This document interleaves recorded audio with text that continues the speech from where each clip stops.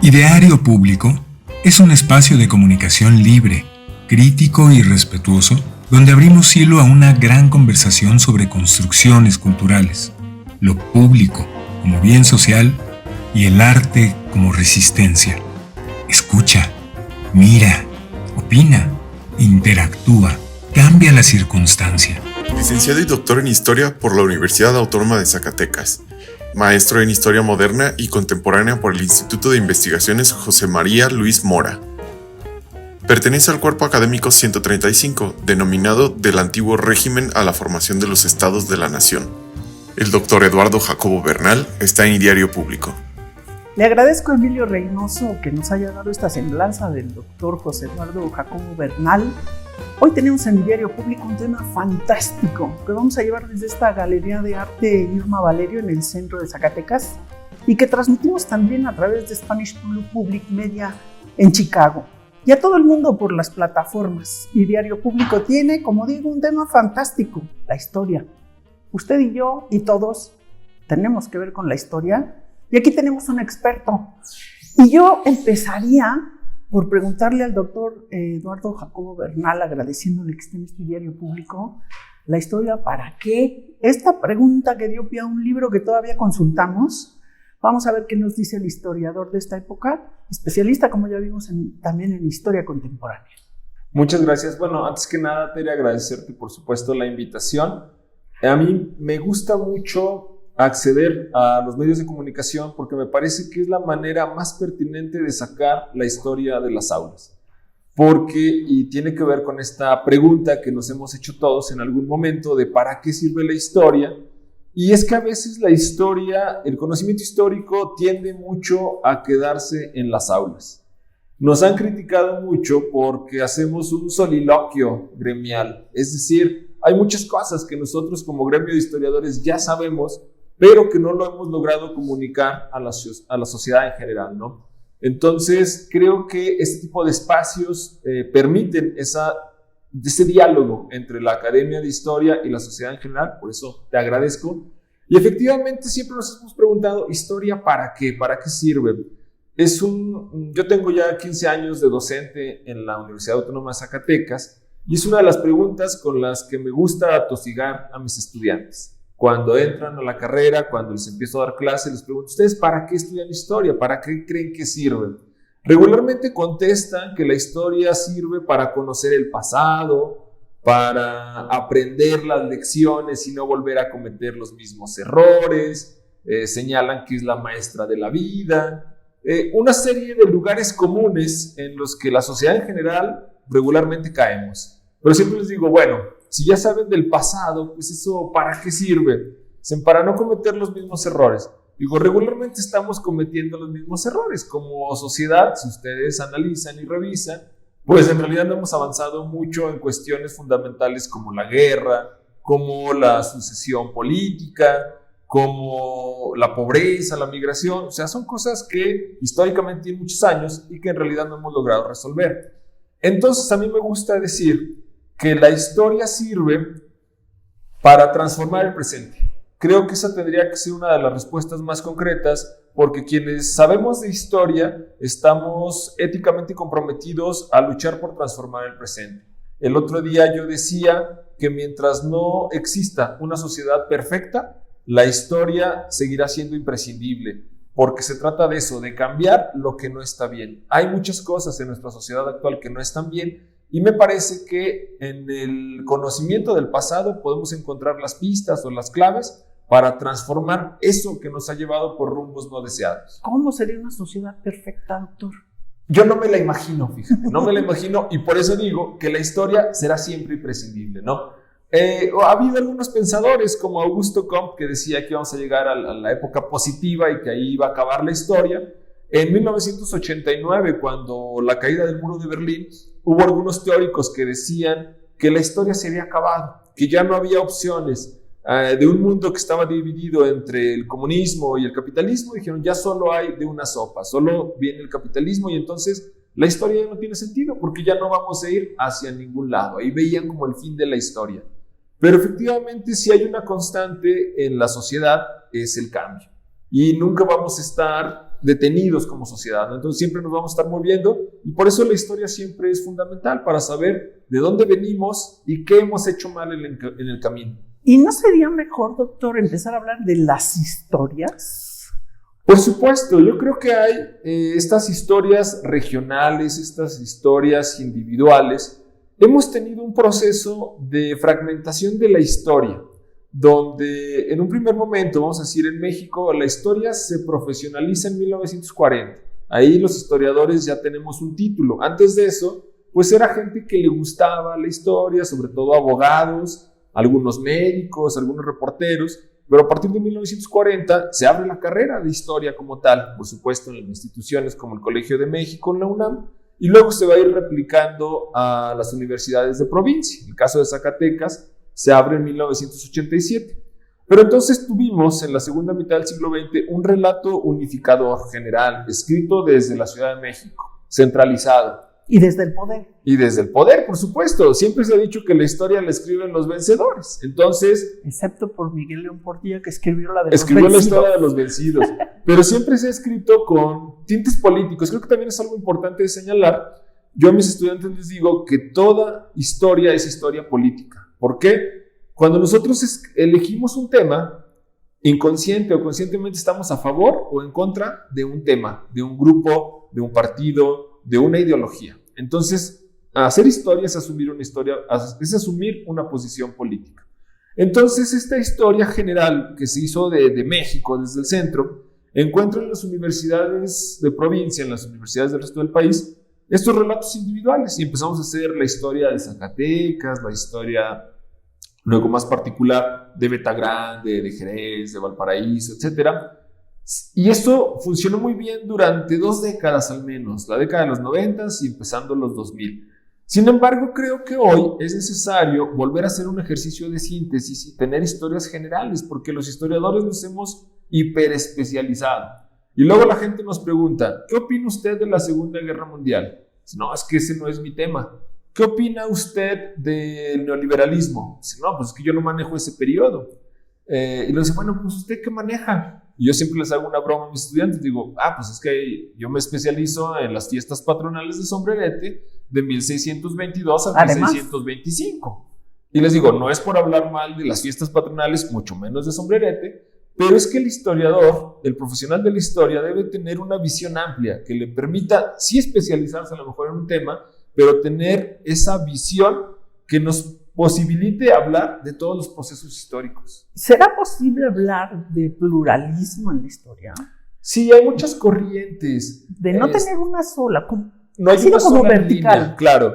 Regularmente tiene que ver, hay muchos factores. Por ejemplo, regularmente nuestra historia nacional, nuestra historia de México, se ha escrito desde la visión liberal, ¿sí? Desde la visión donde hemos creado un árbol genealógico donde nos dice que nuestros héroes primero fueron los independentistas y de ellos surgen los liberales y de ellos surge Benito Juárez y de ahí surgen los revolucionarios y luego surge el Partido Revolucionario Institucional. Es como el árbol genealógico que la historia oficial nos enseñó y tiene que ver con algo que Enrique Florescano llama el reclutamiento social de los historiadores, es decir, ¿de dónde provienen quienes estudiamos historia? No somos las clases altas, somos las clases populares quienes estudiamos historia. Entonces venimos de un discurso que nos han inculcado donde las élites son el enemigo. Y entonces nosotros cuando nos profesionalizamos en historia, empezamos a hacer una historia desde la izquierda, una como historia ideologizada, rojilla, anticlerical, etcétera, que no tenga nada del tufo de las élites o como se dice en la actualidad, de los fifís. Sin embargo, que son parte de la historia. Por supuesto, y el asunto ahí es que cuando hablamos de un tema, descobijamos otro. Sin embargo, esa tendencia empezó a cambiar como a finales también de los 90. Empezó a haber algunos historiadores e historiadoras que venían de otros estratos sociales. Un caso paradigmático es la historiadora Erika Pani, que empieza a hacer un libro sobre el Segundo Imperio, pero ya no de cómo lo derrotaron, sino desde el punto de vista de Maximiliano, cómo funcionó los conservadores, etc. Y eso abre todo un espectro. Hay muchos huecos. Por supuesto. Ahorita hablamos de uno. Esta historia, la historiadora Pani viendo la otra parte desde el punto de vista, digamos, del emperador, de Maximiliano, que no tenemos. Eso. Y en los libros nos sujetan a muy poca historia, muy poco fondo de la historia. Y ahora, ¿qué opinión le merece esto, hablando de la ideologización de la historia?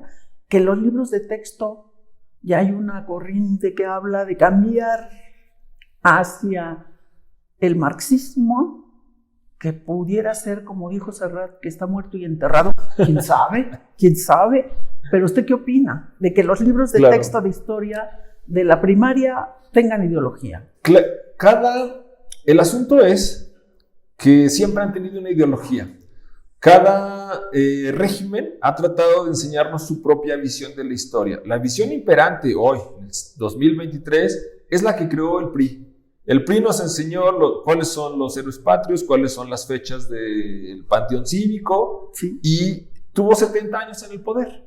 Entonces tuvo un proyecto muy amplio, tuvo mucho tiempo, y eso se nos quedó en la conciencia a la sociedad mexicana, esa visión de la historia.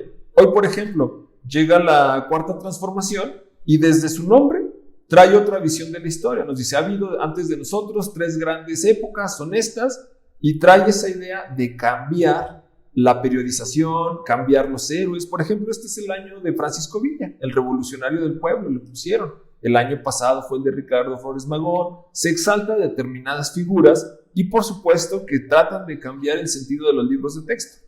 Y lo que yo me pregunto es si van a alcanzar a hacerlo, les alcanzará el tiempo.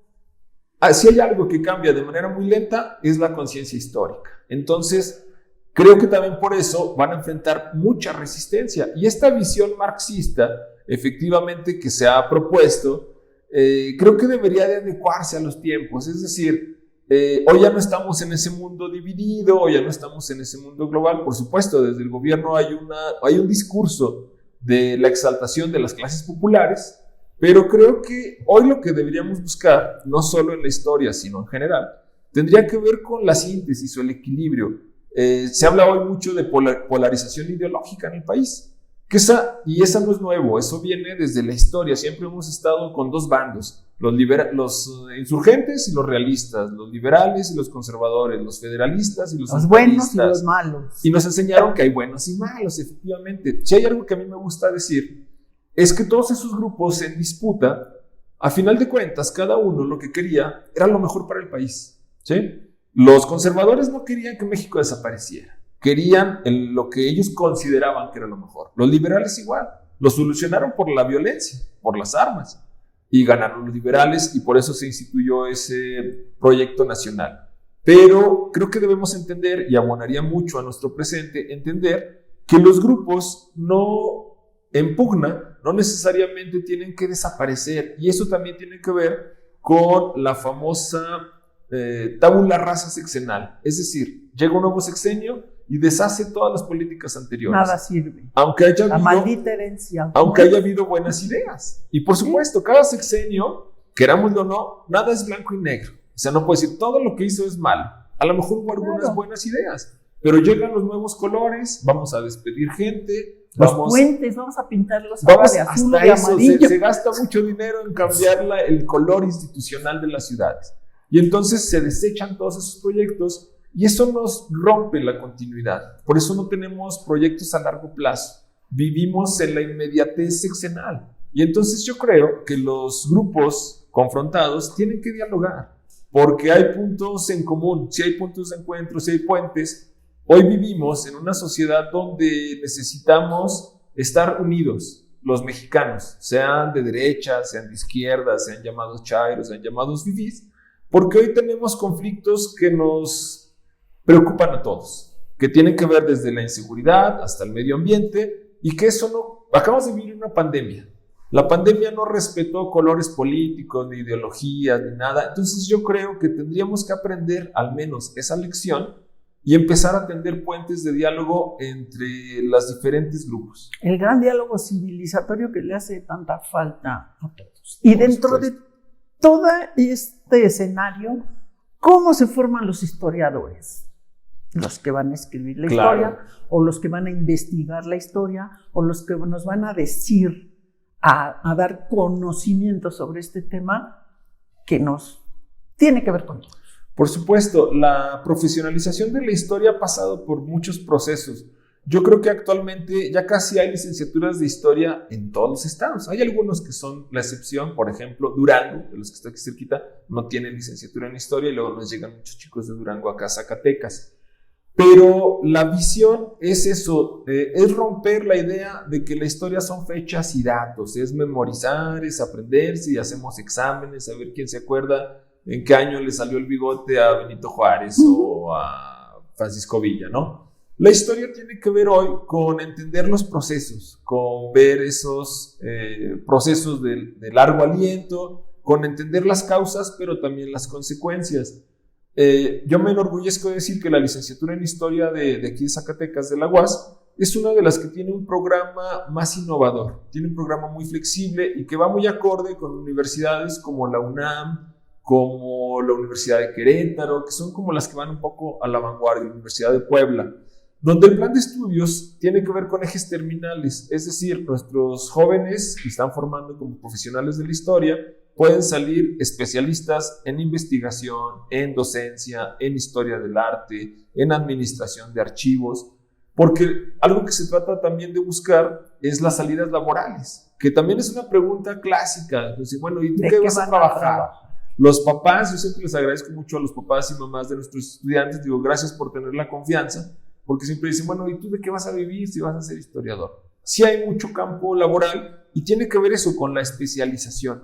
La mayoría de nuestros egresados, por ejemplo, aquí en Historia, como el 80% son docentes del nivel medio y superior.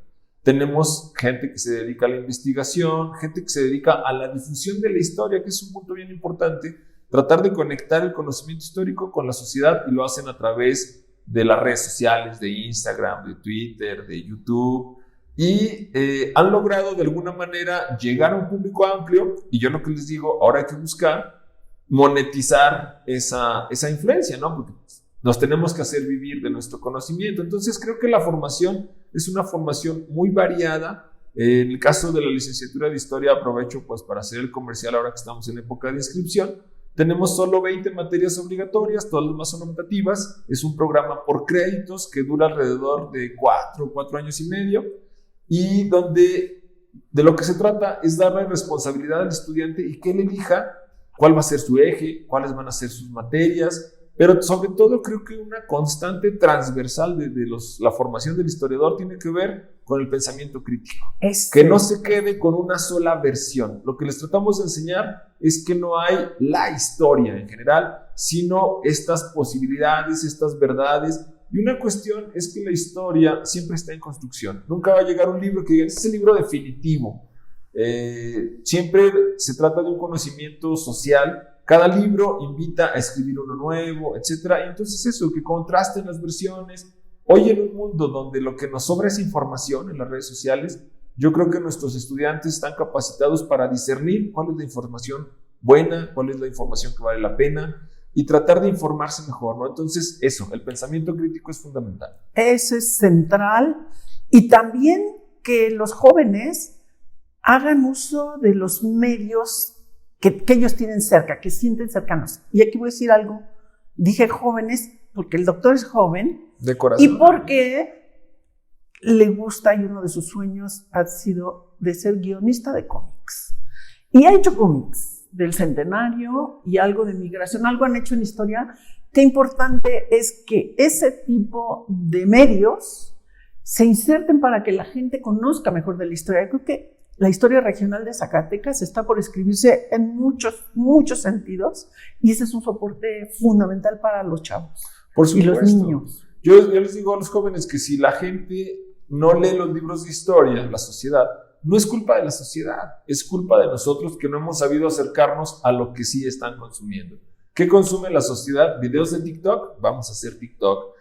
¿Consumen historieta? Vamos a hacer historieta. ¿Consumen videojuegos? Hay que acercarnos a los videojuegos. Entonces, hay una materia, por ejemplo, de hecho yo la imparto, se llama Teorías de la Comunicación, donde se trata eso, de acercar a los jóvenes a los lenguajes de los medios de comunicación, que sepan leerlos, pero que sepan hablarlos, para acercarse a esos públicos. Y sí, efectivamente, una de mis pasiones es la historieta, y sí me quité la tentación de hacer un guión de historieta ya, La primera que hicimos fue en 2014, justo para el centenario de la toma, y después trabajamos en un proyecto de Finestra, gestoría de proyectos, en dos cómics que se llaman Historias Migrantes, ¿no? Entonces, y por ahí la gente nos pregunta que si vamos a sacar un tercer tomo, y como que ya nos andamos animando. Y luego hay que hacer ficción para cine bueno, es complicado, pero qué bueno que tengan esa materia de medios de comunicación, porque también abona la libertad que puedan tener los jóvenes de no ver la historia en el libro, en el archivo. No digo que es malo, es buenísimo, porque además ustedes van a encontrar fascinación si se meten a conocer la historia de algo. La historia de una torre de la catedral, la historia de Sombrerete que mencionó el doctor, o la historia de Betagrande.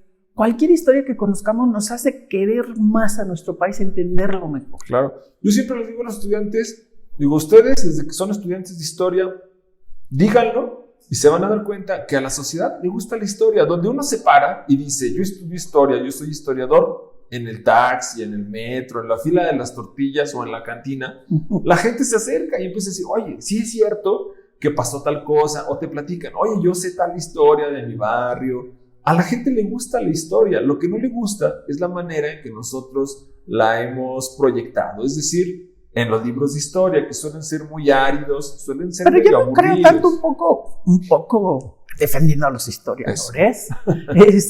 No creo que sea tanto culpa del historiador, sino del sistema que está hecho así. Desde lo que hablábamos al principio de quien vence del poder, quienes dicen qué historia se cuenta, desde qué óptica. Por ejemplo, la independencia. ¿Quién dijo que el inicio de la independencia, por qué Miguel Hidalgo es más importante que Iturbide? Es por ejemplo, pregunta importante. Por ejemplo, si la consumación de la independencia fue en 21 y Iturbide era un personaje central, ¿por qué seguimos festejando el grito del inicio de una guerra que duró 11 años? Es una pregunta. Los historiadores no tienen la culpa. Yo creo que tiene que ver con lo que nos explica el doctor de quién vence y quién dice cómo se cuenta. Claro. Y dónde contarla y cómo. Para la última parte, yo quiero que nos cuente, porque entre que ha hecho cómics y que es un gran formador el doctor, y yo se lo reconozco. Gracias. Y lo respeto mucho por eso. Es un gran formador de historiadores y ha diseñado una nueva licenciatura. Este nuevo programa, que también pertenece a la Unidad Académica de Historia, es un proyecto que hicimos en conjunto con un grupo de docentes, que a mí siempre me gusta presumirlos, que son docentes de alta calidad. Está ahí la doctora Mariana Terán, el doctor Edgar Hurtado, René Amaro, Marcelino Cuesta, el doctor Arturo Buciaga, el doctor Martín Escobedo. Entonces, la doctora Adriana Rivero. Es un programa que nosotros nos dimos cuenta que en Zacatecas, en el caso especial de Zacatecas, la cultura juega un papel fundamental. Somos un estado que juega mucho, o que vive mucho de su cultura y de las prácticas culturales, que no solo es el festival, sino que tiene que ver pues con toda la vida cotidiana, lo que gira en torno a las artes, a la cultura, al patrimonio, etcétera. Y de repente dijimos, bueno, ¿y por qué no hay una licenciatura que profesionalice a las personas que se dedican a la cultura? Porque hay mucha gente que se han convertido en gestores culturales de manera autodidacta. Y son muy buenos, han mantenido a Zacatecas como uno de los bastiones de la cultura del país. Pero es bueno, hay que ofrecer la posibilidad de la profesionalización. Y entonces son esas cosas que uno no se da cuenta hasta que empieza a trabajar en ello. Vimos que había ese hueco, y entonces es por eso que abrimos este programa de licenciatura en estudios culturales. En este 2023, ¿y la próxima inscripción es en qué mes? Estamos justo ahorita en proceso de preinscripción, porque nuestra siguiente generación entraría en agosto de 2023. Pues muy bien, doctor, le agradecemos mucho que haya estado en este ideario público, le reconocemos el trabajo, gracias por acercarnos al fantástico mundo de la historia, y a quien le interese estudiar y acercarse, acérquense a los archivos, vean los libros de historia. ¿De historia para qué? Pues es de los 80. Son clásicos. Y son 10 autores, son su exposición de la respuesta a historia para qué. Aquí ya nos dio otra el doctor. Y pues acérquense a la historia para cambiar el presente, dice el doctor, para transformar el presente en una transformación verdadera. Gracias, doctor, por estar aquí. Al contrario, muchas gracias y pues aquí estamos a la orden para seguir hablando de historia. Pues que la cultura nos salve y el arte nos ayude a resistir, como hicimos en este Ideario Público. Muchas gracias a la audiencia por estar aquí. Ideario Público se transmite a todo el mundo desde México y Chicago por Spanish Public Media. Esta es una producción de Emilio Reynoso. Creación original y conducción, Tere Velázquez.